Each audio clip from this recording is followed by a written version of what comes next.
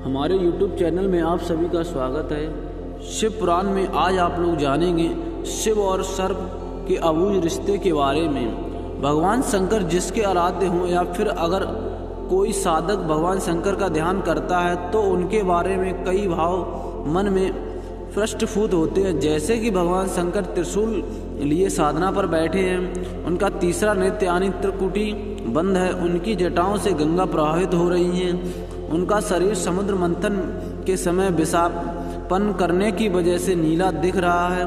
भगवान शंकर की जटाओं और शरीर में इर्द गिर्द कई सांप लिपटे हुए हैं। शिव के मस्तक पर एक ओर चंदा और दूसरी ओर महाविद्रधर सर्प भी उनके गले का हार है। उनके परिवार में भूत प्रेत नंदी सिंह सर्प मयूर व मूषक सभी का स्वभाव देखने को मिलता है। साधन कर्म में विचार सागर में कोई विचारों का आगमन न होता है। भगवान शंकर के बारे में कई कथा कहानियाँ पुराणों धार्मिक ग्रंथों में वर्णित उनके जुड़ी कई कथाएं साधकों को उनसे जोड़े रखती हैं और साधकों के लिए यह वह प्रेरणादायी भी है। पौराणिक मान्यताओं में भगवान शंकर और सर्प का जुड़ाव गहरा है, तभी तो वह उनके शरीर से लिपटे रहते हैं। यह बात सिर्फ मान्यताओं तक ही सीमित नहीं बल्कि यह इस कलयुग में भी हकीकत है, परिलक्षित होती दिखती है। यूं तो भगवान जनता जनार्दन के लिए अपनी कृपा बरसाते रहे में अति दयालु हैं, लेकिन कहते हैं कि अगर आपको भगवान शंकर के दर्शन ना हो तो अगर सर्प के दर्शन हो जाएं तो समझिए कि साक्षात भगवान शंकर के ही दर्शन हो गए।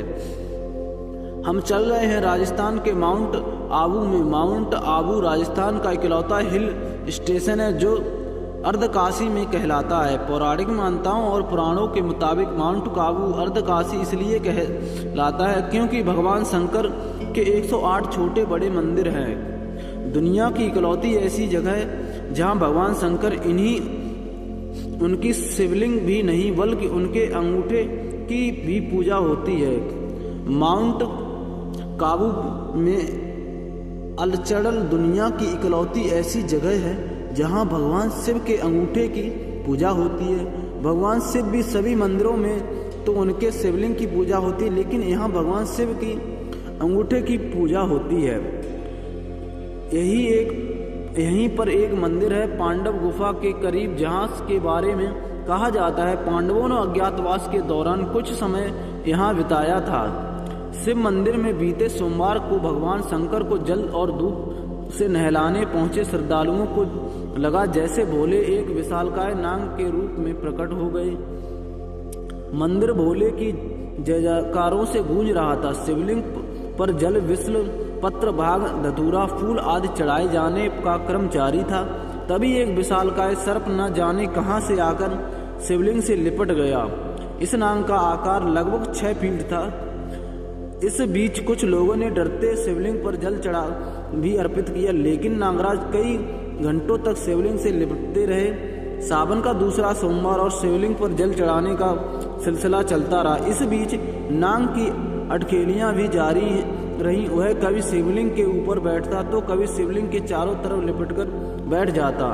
लोग हैरान थे कि लेकिन जो लोग वहां थे उनके मुताबिक यह हैरानी उस सांप को नहीं थी। वह शायद निर्भय होकर आनंद की अनुभूति कर रहा था। इतने लोगों के बीच कोई सांप लगभग 6 घंटों तक शिवलिंग से लिपटा रहा। लोग टकटकी लगाए देखते रहे। कुछ लोगों के लिए भोले सर्प के रूप में शिवलिंग के आकार पर लिपटे थे, तो कुछ लोग उस पल शिद्दत से महसूस करना चाहते रहे थे। यही वजह थी कि मंदिर में भीड़ बढ़ने लगी। इलाके में खबर फैलने लगी, अचानक सर्प गायब हो गया। वहां श्रद्धालुओं के चढ़ाए पुष्प और फल तो दिख रहे थे, लेकिन सर्प नहीं। सांप इंसानों के लिए खतरनाक होता है, लेकिन यह बात भी सच है कि उसे हम इंसानों से ज्यादा डर लगता है। आस्था विश्वास की परिभाषा आत्महत्या की सीमा रेखा में सब कुछ मानने पर निर्भर है। स्थानीय लोगों के मुताबिक माउंट आबू के उन मंदिरों में जो जंगल के बीच है वह एक प्रकार की घटनाएं सावन के महीने में सोमवार को या फिर शिवरात्रि के मौके पर जरूर होती हैं। पिछले वर्ष इन्हीं जंगलों में एक शिव मंदिर में पंचमुखी 5 मुंह वाला सांप दिखा था।